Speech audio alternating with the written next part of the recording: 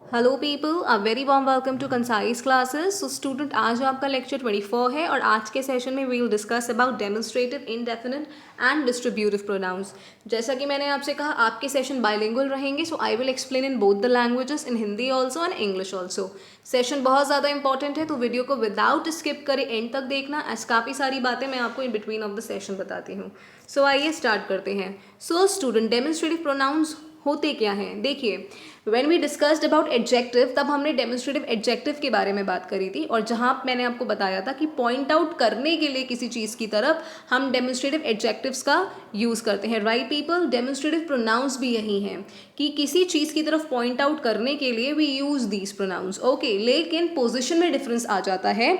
I told you in the previous lectures that whenever you will be using demonstrative adjective, not just demonstrative, all the adjectives, तो उनकी दो positions होती हैं। Either you use it before a noun or you use it after a verb. Okay, so when you are using it before a noun, आप कहेंगे कि वो attributively use हुई है। Okay, जब आप उसे noun के पहले use करेंगे, and when you are using it after a verb, then you will say कि आप उसे predicatively use कर रहे हैं। Okay, so I told you that how you can use adjective attributively and predicatively. Right people? Demonstrative pronouns भी आपके वही word हैं जो आप डेमोन्स्ट्रेटिव एडजेक्टिव्स की तरह यूज़ कर चुके हो। मैंने आपको बताया था कि प्रोनाउंस और एडजेक्टिव में काफ़ी ज़्यादा कन्फ्यूजन हो जाता है जब बात आती है कि we have to use the same words as demonstrative pronouns too. Okay, लेकिन हम आइडेंटिफाई कैसे करेंगे? How will identify? We will identify by their position, जो उनकी पोजिशन होती है। सो आई टोल्ड यू कि आपका एडजेक्टिव हमेशा नाउन से पहले आएगा। ओके, प्रोनाउन कभी भी नाउन से पहले नहीं आएगा। Okay, I told you about this that we'll use adjective before a noun और a pronoun, but a pronoun will never come before a noun. Okay, this is the main differentiation method जिसकी मदद से आप difference कर सकते हैं between an adjective and a pronoun. अब हम बात कर लेते हैं डेमोन्स्ट्रेटिव प्रोनाउंस की। तो डेमोन्स्ट्रेटिव प्रोनाउंस भी स्टूडेंट सेम है, जो ऑब्जेक्ट की तरफ पॉइंट आउट करने के लिए यूज होती हैं, जैसे दिस, दैट, दीज, दो, सच, द, सेम। ओके, ये सारी आपकी डेमोन्स्ट्रेटिव प्रोनाउंस कहलाती हैं बिकॉज ये किसी ऑब्जेक्ट की तरफ पॉइंट आउट कर रही हैं। जैसे this is a present from my uncle, this is a present from my uncle. Okay, तो इस यहाँ पर सेंटेंस में दिस ने किसकी तरफ पॉइंट आउट करा है? प्रेजेंट की तरफ। In this sentence this is pointing towards a present. Also we have is after it, and is a verb. Right, हमने वर्ब यूज करी है दिस के बाद। हमने यहाँ पर प्रोनाउन यूज नहीं करी है, नाउन यूज नहीं करी है। राइट पीपल, यहाँ पर दिस के बाद आपकी क्या आई है? आपकी एक वर्ब आई है। राइट, तो दिस आपका क्या है? दिस आपका एक प्रोनाउन है। Okay, this is a pronoun. ये आइडेंटिफिकेशन का एक मेथड है कि अगर एडजेक्टिव आएगा, I am explaining again and again, आप ये नोट डाउन कर लो कि आप कैसे डिफ्रेंशिएट करोगे। एडजेक्टिव जब भी किसी सेंटेंस में आएगा, it will come before a noun और आफ्टर अ वर्ब। ओके, अगर नाउन से पहले आएगा तो वो एट्रीब्यूटिवली यूज हुआ है, और अगर वर्ब के बाद आएगा तो वो प्रेडिकेटिवली यूज हुआ है। I told you about this. But if इन्हीं वर्ड्स के बाद वर्ब आ रही है, okay, when these have words after it, okay, अगर इन वर्ड्स के बाद वर्ब आ जाती है तब हम इन्हें कहते हैं प्रोनाउंस। राइट पीपल, सो यहाँ पर आपका ये एक डेमोन्स्ट्रेटिव प्रोनाउन है, ना कि adjective. Similarly, the stranger is welcomed as such. As such, यहाँ पर हम ये कह रहे हैं कि ऐसे स्ट्रेंजर्स वेलकम है। Strangers like these are welcome. Okay, ऐसे स्ट्रेंजर्स को हम वेलकम करते हैं। तो यहाँ पर हम पॉइंट आउट कर रहे हैं कैसा stranger? as such stranger. Right people, next is this is the red fort. ये रेड फोर्ट है, तो यहाँ पर sorry, that is the red fort. तो that is the red fort, ये रेड फोर्ट है। राइट, तो हम ये कह रहे हैं कि ये रेड फोर्ट है, तो हम यहाँ पॉइंट आउट करें, we are pointing towards a red fort. Okay, also we have use verb after it, हमने इसके बाद वर्ब यूज करी है, तो ये आपका एक डेमोन्स्ट्रेटिव प्रोनाउन है। These are cats, these are cats, ये भी आपका एक डेमोन्स्ट्रेटिव प्रोनाउन है। वाई? बिकॉज इसके बाद हमने आर वर्ब को यूज करा है। प्रीवियस सेशन में स्टूडेंट मैंने आपको बताया था दिस के बारे में, राइट मैंने आपको बताया था आप दिस कब यूज़ करते हो, आप दिस उन ऑब्जेक्ट्स के लिए यूज़ करोगे जो पास में है, okay, you use this for those objects which are nearer to you, okay, और दैट आप कब यूज़ करोगे, जो ऑब्जेक्ट्स आपके दूर हैं, you use that for distant objects, जो आपके ऑब्जेक्ट्स दूर हैं, ओके, ये आपके सिंगुलर हैं, दिस और दैट आपके सिंगुलर हैं, और इनके प्लूरल क्या हो जाएंगे, दिस का हो जाएगा these, these is a plural of this and that का plural हो जाएगा those, okay, those is a plural of that. I told you about this in the previous sessions, right people? So आप ये point दिमाग में रख लीजिए कि if they come before a noun they are called demonstrative adjectives. Whenever these words this, that, these, those, such, the, same they come before a noun तब वो कहलाएंगे आपके demonstrative adjectives, अगर हम इन्हें noun से पहले place कर देते हैं, ओके, यही एक तरीका है जिसका यूज करके आप demonstrative adjectives और demonstrative pronoun के बीच में differentiate कर सकते हो, और in general with this method only you can make a difference between an adjective or a pronoun. I hope आपको clarity मिली होगी. नेक्स्ट स्टूडेंट हम बात करते हैं, आई टोल्ड यू अबाउट दिस कि दिस आप कब यूज़ करते हो, जो ऑब्जेक्ट आपके पास में होते हैं, और दैट आप यूज़ करते हो जब ऑब्जेक्ट आपके दूर होते हैं, राइट, दिस आपका सिंगुलर है तो उसका प्लूरल हो जाएगा दीज, दैट इज सिंगुलर और प्लूरल हो जाएगा दोज, जैसे this is better than that, okay, this is better than that, ये उससे ज़्यादा बेहतर है, ओके, कहने का मतलब है ये उससे ज़्यादा बेहतर है, तो हम जिस ये की बात कर रहे हैं वो हमारे पास में है, और जिस उससे की हम बात कर रहे हैं वो हमसे दूर है, right, that is a book, वो एक बुक है, वो एक किताब है, तो वो किताब हमसे दूर है, दिस इज़ अ बुक, तो यहाँ पर हम जिस किताब की बात कर रहे हैं वो हमारे पास है, दीज आर बुक्स, ये किताबें हैं, कहने का मतलब है these books are nearer to me, that is why I said these, okay, those are books, तो those books are not nearer to me, okay, that is why I said those book, वो मेरे पास नहीं, वो मुझसे दूर हैं, कहने का मतलब है दिस और दीज आप पास की चीज़ों के लिए यूज़ करेंगे, ओके, एंड दैट और दोज आप दूर की चीज़ों के लिए यूज़ करते हैं, right people, I told you about this when I discussed about them in the adjectives, okay, मैंने एडजेक्टिव्स की जब बात करी थी तो मैंने इनके बारे में डिस्कस ऑलरेडी करा था, ओके, बट मैंने नोट डाउन फिर से कर दिया है कि that with its plural those, तो दैट का प्लूरल दोज होता है, is use to avoid the repetition of a preceding noun, बहुत इंपॉर्टेंट रूल है कि आप दैट और दोज का यूज़ किसी सेंटेंस में कब करते हैं, अगर आपको प्रीसीडिंग नाउन का रेपिटेशन रोकना है, you use this and that in a particular sentence to avoid the repetition of a preceding noun, okay, it is a very important rule, note it down. So the climate of Belgaum is like that of Poona. एक बहुत बड़ा confusion हो जाता है कि students कई बार क्या करते हैं, वो लिख देते हैं सेंटेंस को ऐसे, the climate of Belgaum is like of Pune, या फिर वो बोलेंगे इज लाइक पुणे. सी यहाँ पर आप बेलगांव के क्लाइमेट की बात कर रहे हैं, you are talking about the climate of Belgaum, okay, अगर आप इस सेंटेंस को ऐसे बोलेंगे the climate of Belgaum is like Pune, तो यहाँ पर आप क्लाइमेट का कंपैरिजन पुणे से कर रहे हैं, ओके, इफ़ यू से the sentence like this the climate of Belgaum is like Pune, so you are comparing the climate with Pune, okay, so we don't have to compare climate with Pune, instead we need to make a comparison between the climate of Belgaum and the climate of Pune. कहने का मतलब है कि हमें पुणे और climate में comparison नहीं करना है, हमें बेलगाम के क्लाइमेट का कंपैरिजन पुणे के क्लाइमेट के साथ करना है, ओके. अब कैसे पता लगेगा कि हमें दैट यूज़ करना है, दोज यूज़ करना है, how we'll get to know कि वी विल यूज़ दैट और those, okay. So climate is a singular noun, okay, climate is a singular noun, climate is not a plural noun. So अब यहाँ पे हम बेलगाम के climate की बात कर रहे हैं, climate is a singular noun, that is why we'll use that over here, okay, we'll use that over here. So how we'll say the sentence, the climate of Belgaum is like that of Pune. जो पुणे का climate है, बेलगाम का climate बिल्कुल उसकी तरह है, that of Pune, right people. Next sentence आप देखिए, the streets of the city are worse than those of Ahmedabad. यहाँ की जो सिटीज़ हैं वो अहमदाबाद की स्ट्रीट से बेकार हैं, ओके. सो स्ट्रीट्स यहाँ पे क्या है स्टूडेंट, स्ट्रीट्स आपका एक प्लूरल नाउन है, okay, streets is a plural noun, that is why we used those over here, यहाँ पर हम दैट यूज नहीं करेंगे, we'll use those over hair.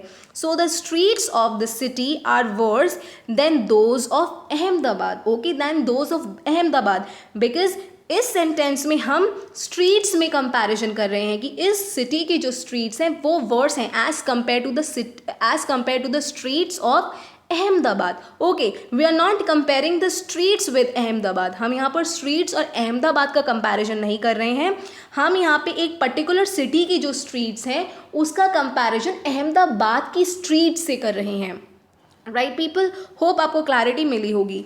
Are soldiers were better trained than those of enemies, कि हमारे जो soldiers हैं उनकी ट्रेनिंग अच्छी होती है देन दोज ऑफ एनिमीज, जो एनिमीज़ के सोल्जर्स हैं. ठीक है, जो एनिमीज़ के जो सोल्जर्स हैं, जो सरहद पे हमारे सोल्जर्स के साथ लड़ते हैं, तो जो हमारे कंट्री के सोल्जर्स हैं उनको ज़्यादा अच्छी ट्रेनिंग दी जाती है. सो सोल्जर्स क्या है, it is a plural noun. Right people, that is why we use those over है, प्लूरल नाउन है तभी हमने यहाँ पर दोज यूज़ करा. आई होप आपको क्लैरिटी मिली होगी.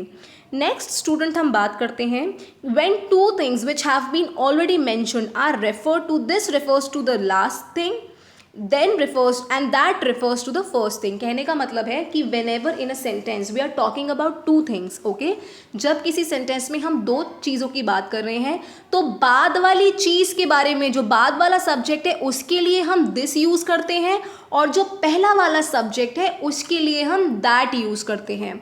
ओके, सो ये रूल आपसे सिर्फ इतना कहता है, जैसे alcohol and tobacco are both injurious. Okay, so यहाँ पे we have two subjects, we are having two subject, one is alcohol and second is tobacco. Okay, so this perhaps less than that. अब यहाँ पर ये question आया है कि this is used for which subject. Okay, यहाँ पर confusion arise होता है कि यहाँ पर हमने दिस किस सब्जेक्ट के लिए यूज़ करा है. सो स्टूडेंट, जो सब्जेक्ट बाद वाला है, ठीक है, वो दिस के ज़्यादा पास हो जाएगा ना, this is more closer to this, right. That is why for tobacco we use this and alcohol दूर का हो जाएगा. Alcohol is at a distant place in a particular sentence if we talk about in comparison to the pronoun that. ठीक है, so that is why that is used for alcohol.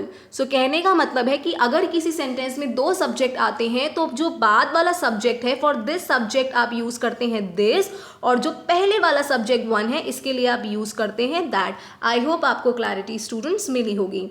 Virtue and vice offer themselves for your choice, this leads to misery, that to happiness. ठीक है, virtue और vice ये आपकी choice है. अब depend क्या करता है कि आप कौन सा चूज करते हैं. अगर आप ये चूज करते हैं तो ये लाएगा misery.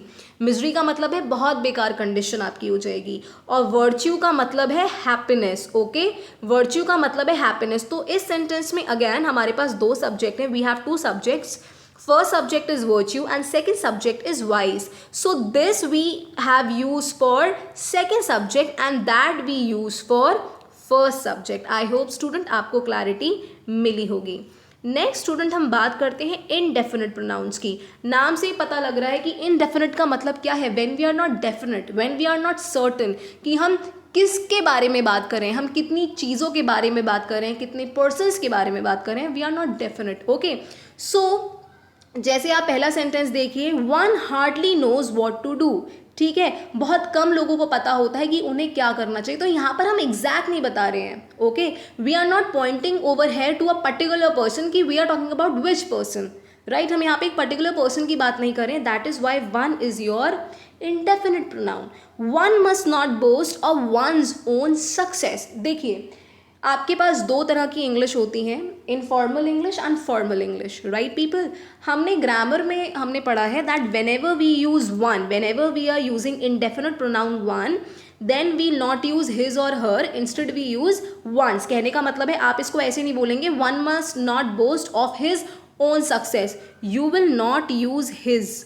Okay, you will not use his, instead you will use one's. Okay, तो आप उसमें इंडेफिनिट प्रोनाउन में भी आप इंडेफिनिट प्रोनाउन का यूज़ करेंगे. कहने का मतलब है कि आप हिज नहीं यूज़ करेंगे, आप वंस यूज़ करेंगे जब आपका जो सब्जेक्ट होता है वो एक इंडेफिनिट प्रोनाउन यानी कि वन होता है.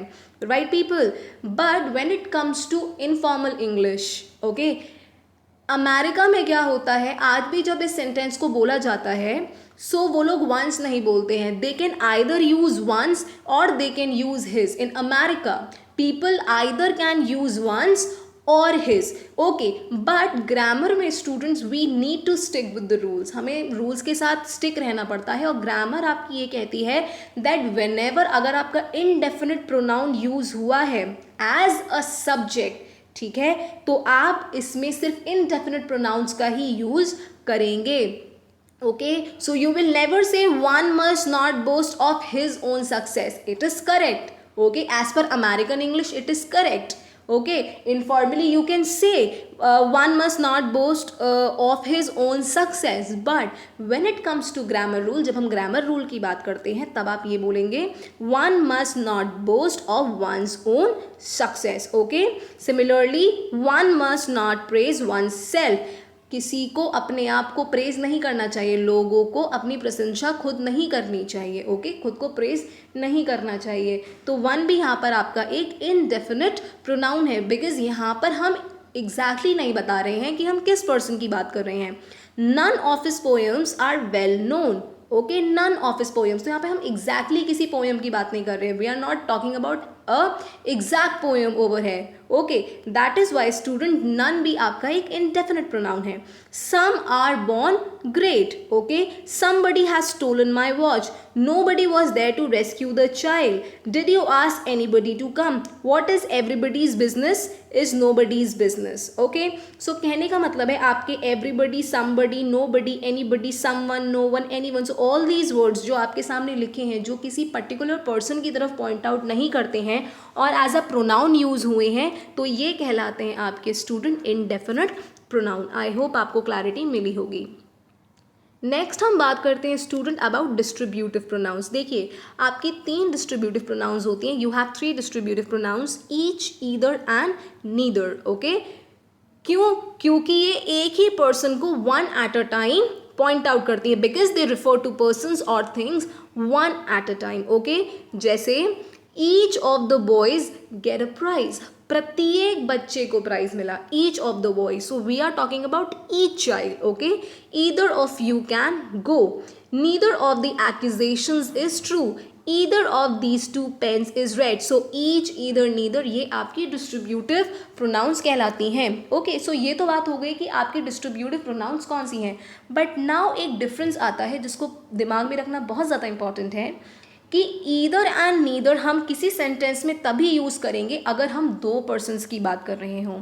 ठीक है, और अगर हम 2 से ज़्यादा पर्सन्स की बात करते हैं तब हम वहाँ पे एनी या फिर नन का यूज़ करते हैं. जैसे none of his 4 sons looked after him.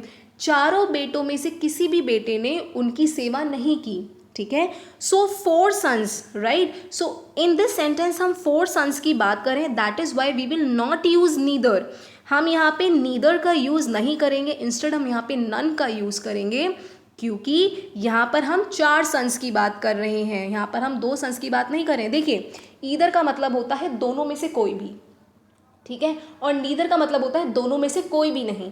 None का मतलब होता है जितने भी हैं उनमें से कोई नहीं. ठीक है, तो नन आप यूज़ करते हैं 2 से ज़्यादा लोगों के लिए. Okay, similarly one of these boys is naughty. आप ये भी कह सकते हो any of these boys is naughty. So कहने का मतलब है आप नीदर एंड ईदर का यूज़ तब करते हैं when you are talking about 2 persons, and when you are talking about more than 2 persons, at that point of time you will either use any or none. Okay, next student की जो आपका distributive pronoun होता है, it is always singular. Okay, it is always singular. And अगर आपका distributive pronoun singular है तो आपकी वर्ब भी सिंगुलर होगी. आई टोल्ड यू अबाउट दिस कि किसी भी सेंटेंस में एक जनरल स्ट्रक्चर की मैंने बात करी है कि आपका सब्जेक्ट होता है, वर्ब होती है एंड ऑब्जेक्ट होता है. Right people, I told you about this कि सब्जेक्ट और ऑब्जेक्ट या तो नाउन हो सकते हैं या फिर प्रोनाउन हो सकते हैं. राइट, अगर आपका सब्जेक्ट सिंगुलर है, ठीक है, सिंगुलर नाउन है या फिर सिंगुलर प्रोनाउन है, तो आपकी वर्ब भी सिंगुलर होगी.